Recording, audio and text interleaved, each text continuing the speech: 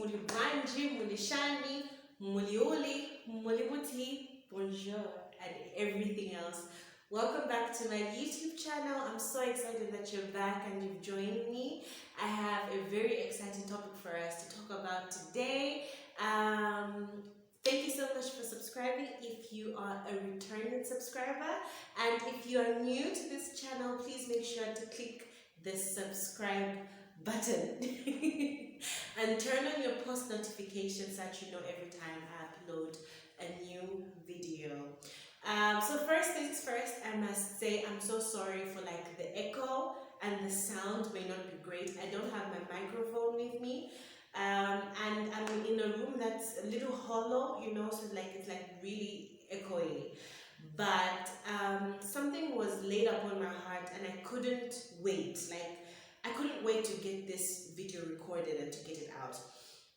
So I was watching one of my favorite podcasters or vloggers, as you would call it, and this is actually a vlogger who was introduced to me by my sister Gabby, who you all know and love. And they were talking about something absolutely different, but she mentioned something which was like, it like evoked so much thought and emotion in me, and I thought I needed to talk about it. So we are going to call this topic or this video the Chronicles of a Working Woman. Okay. So first things first. In the vlogger's video, they were talking about their marriage. So this is a couple that was married young. They got married when they were 23, both of them, husband and wife. And they were basically talking about how their journey has been and would they still do it again? Would they get married young if they had an opportunity to change that? And the lady actually said she would want to get married young again because she felt like the kind of person she is, the goal-orientated person, the hard worker, career-driven woman that she is, would not have allowed her to be successful in a relationship now, as opposed to before when she was just starting out in her career. As a matter of fact, she said the point that she got married, she basically didn't have a career. You know, she didn't have a life together. And she had to learn to get her life together with her husband. She had to learn to build that career with her husband. And she felt like she wouldn't have been able to do that at this point where now she's successful and she's doing great. She wouldn't have been able to be successful in a relationship as well.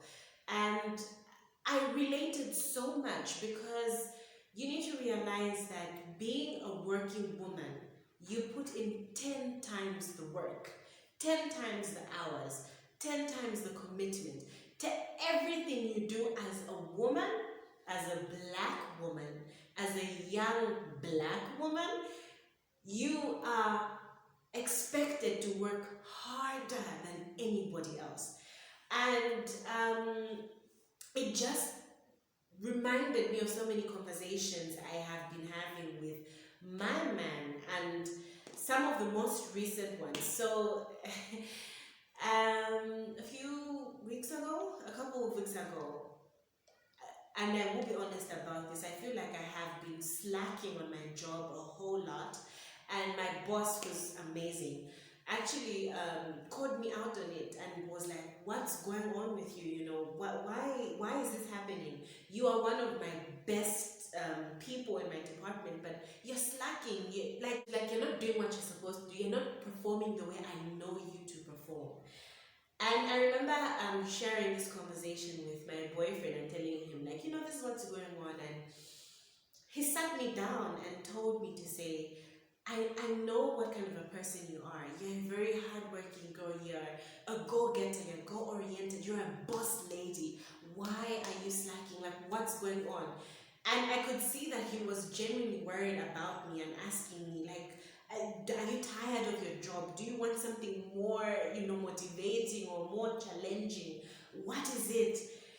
And the whole time in the conversation, I literally said, no, I'll work on it. You know, like, I don't know what's wrong, but I'll work on it. And only when I heard this statement of saying, I can't make it in a relationship at the point I'm in my career if I hadn't had one before. And it made me think. So I am a lady who can work crazy. I work crazy hours. I work Sunday to Sunday. Or rather, let's say I can work Sunday to Sunday and I work crazy hours. And it took me a while, but I got to a point of realizing that that lifestyle would not help me if I wanted to eventually settle down and if I wanted to eventually be a mom. So I have always wanted to get married young, have kids young. I've always wanted to do that. And I'm still young now. I'm still considerably young, but I'm even at a point where I feel like, maybe I'm not, like maybe I'm running out of time. I do think that, and that's a conversation for a whole another day. But there are times when I'm thinking, okay, so maybe I'm a little late because I would have wanted to be married by now. I would have wanted to be, planning a family or something of that nature by now.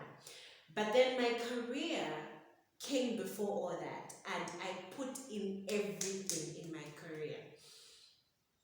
I realized that as much as I love my job, as much as I love my career, as much as I see where I want to be, I still wanted that family side and, the whole shebang. It's something I still wanted. It wasn't something I could put on the back bench. And then eventually when I got into a relationship, I needed to learn. I actually needed to learn how to sacrifice some of my time to nurture this relationship. Because the truth is, without me consciously making an effort to sacrifice my time to nurture that relationship, it wouldn't have worked out. In the very beginning, we had moments where, I had a schedule. I do things a certain way. I'm in bed at a certain time. I turn off my phone at that time. I wake up at a certain time. I look at my emails. And this is the middle of the night. I look at my emails, respond to emails, get some work done, I'm up at a certain early hour. I'm at the office at a certain that was my life. And I couldn't have the time to chat on the phone with a guy for like 30 minutes, 40 minutes. I'm chatting on the phone, like I've got emails to get to. And I remember one time he actually said to me, "You treat me like I'm just someone to entertain you when you're bored. And then when you're busy with your life, you just discard of me and you forget about me." And I remember feeling so hurt. I actually felt hurt that he said that to me, because I was like, wow, that's not the kind of person I am. I'm not the kind of person. And if this is how I'm making somebody I claim to like, I claim to care about, feel, then I'm not doing something right. And I really, really had to make the conscious effort to be more present in that relationship, in this relationship. And when he was asking me, what's going on, like why are you slacking on work, and all that, in that moment, or at the time that we're having that conversation with him, I didn't even realize what it was. And I kept on telling myself, like, this is not even who I am. I'm a hard worker. I really am a hard worker, and I love what I do. So what's going on?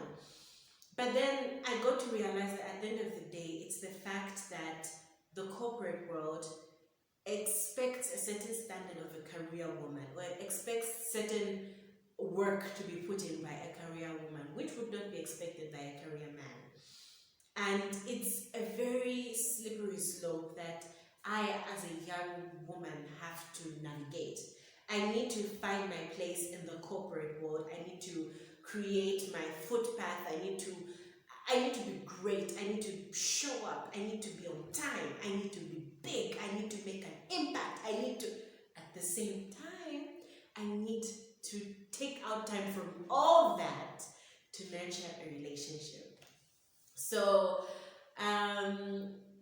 one of my colleagues whom I work with, and we actually started working at the same time in the company I work for, is expecting, and we're so excited. Like, we're also excited for her. She's fairly a newlywed, and she's expecting her first child.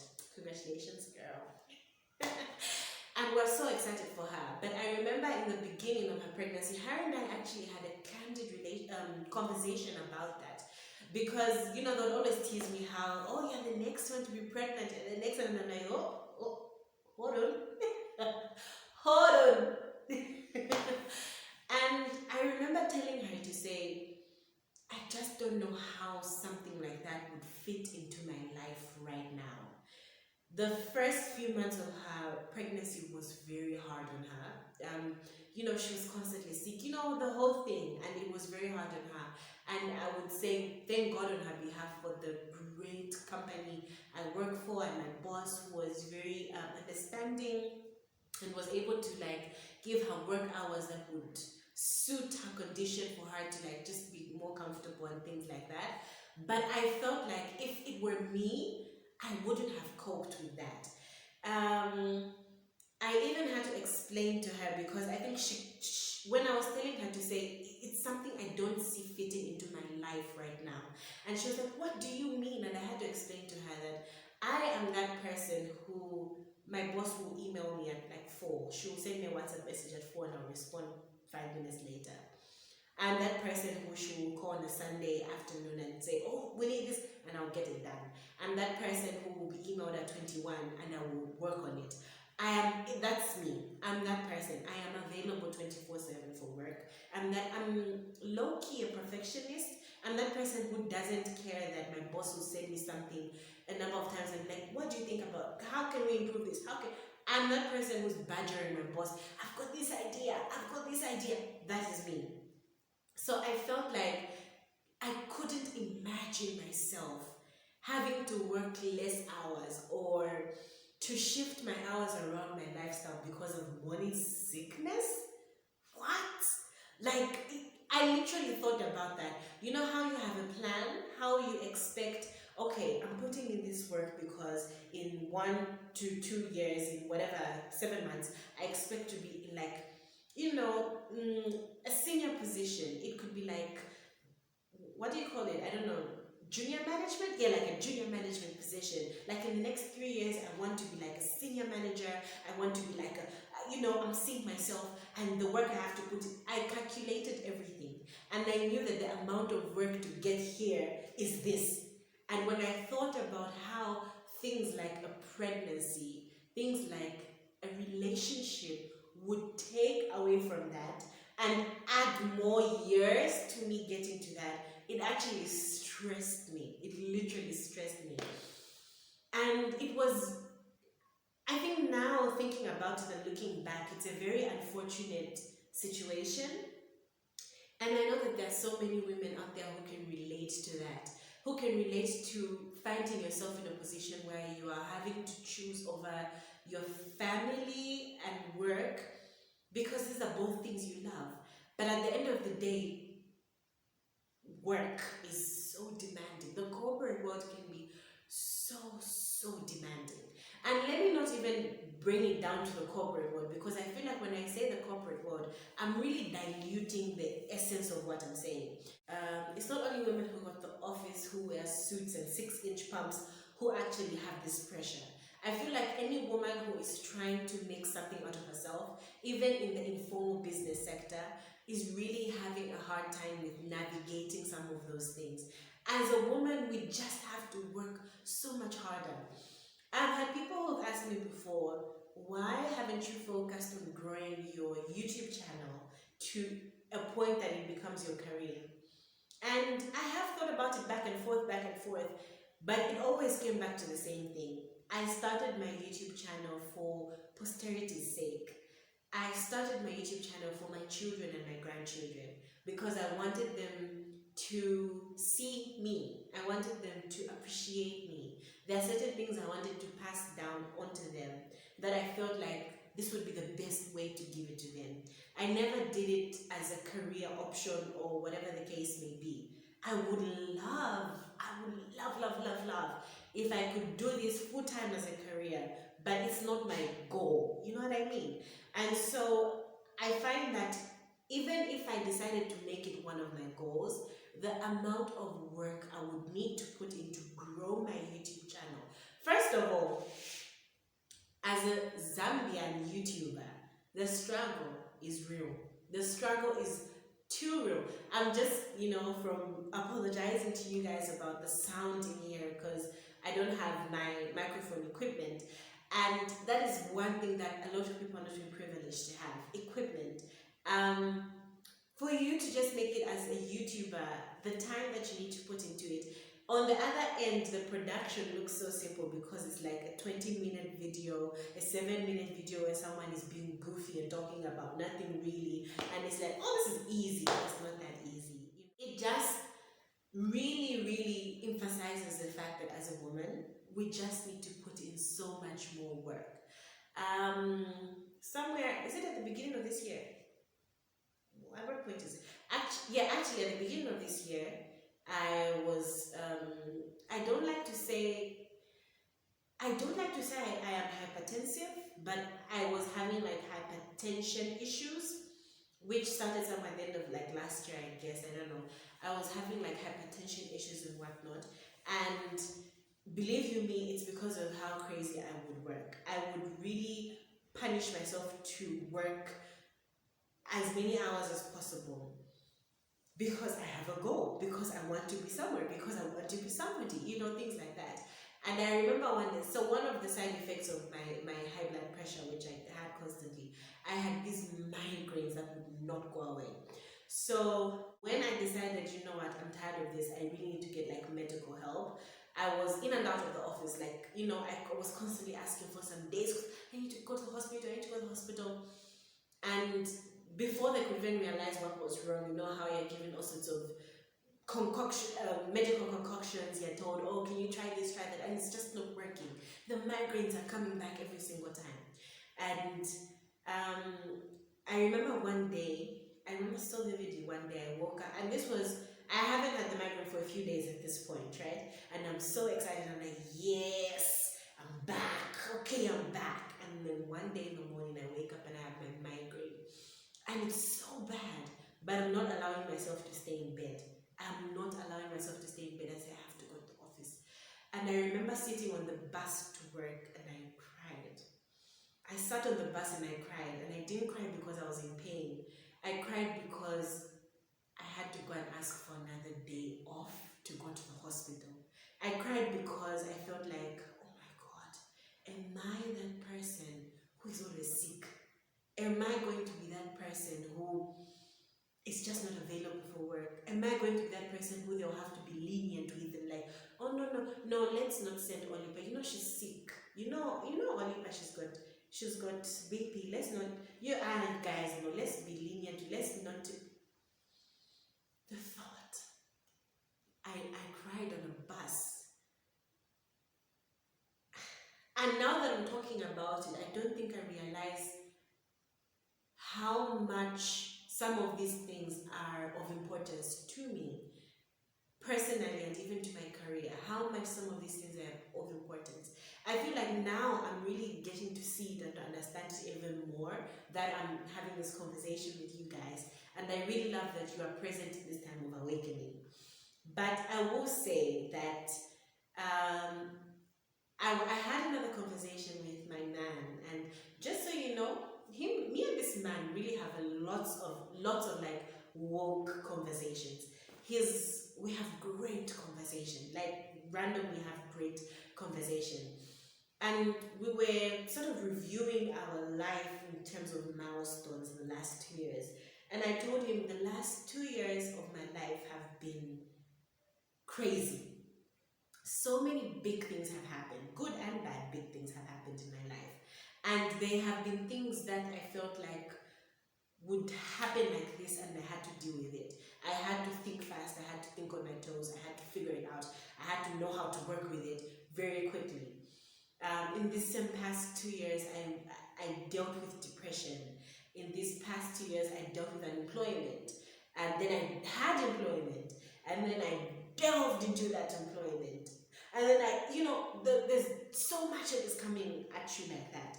And I remember telling him very clearly, I feel like there's another change coming, but I'm not sure how to prepare for it. And I mean, I can never say for sure that this change is going to come, but it's something that I feel is coming, and it's leaning more towards the family point of my life, you know, where I feel like I really am getting so much closer to a point where I want to settle down, I want to have a family, you know, I want to plan a life and have a life with another person and things like that. But at the same time, am I willing to put my career on the back bench, you know? Because there are certain things that I wanted to do as a mom. There are certain things that, you know, like taking the time off of work to raise my small children. But then there's so many things you have to consider. Can I afford? First of all, can I afford to do that? Do I have the money to do that? Second of all, do I have the time to, like, where's the luxury? Jobs are very hard to find in this country. On top of that, my field of expertise is one that needs you to be active and to be present because it's constantly evolving. And the moment you miss out on so much, it's so hard for you to compete with other people in the field. And so it's like, I feel like very soon I'll have to make some of these hard decisions and hard choices. And I'm not sure I'm ready, you know, and I don't know what to do to get ready, and I don't know what to do to get myself there.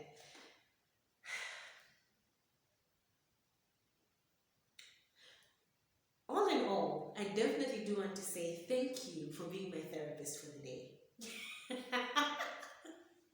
Because you know what, I feel like even just getting some of these things off my chest and saying them is so amazing. I know I'm not ending this conversation here. I'll probably have this conversation with a few more friends, with my siblings, but I have enjoyed having to speak to you and telling you what I feel. So, bottom line to all the young women out there is you cannot stop working hard. You need to work hard. The truth is the world expects us to be stronger than normal. The world expects us to deliver. We need to deliver. We must deliver. And it won't allow us to make excuses. So don't allow yourself to make excuses. Wow, that's so profound. The world won't allow you to make excuses, so don't allow yourself to make excuses. See you in my next video.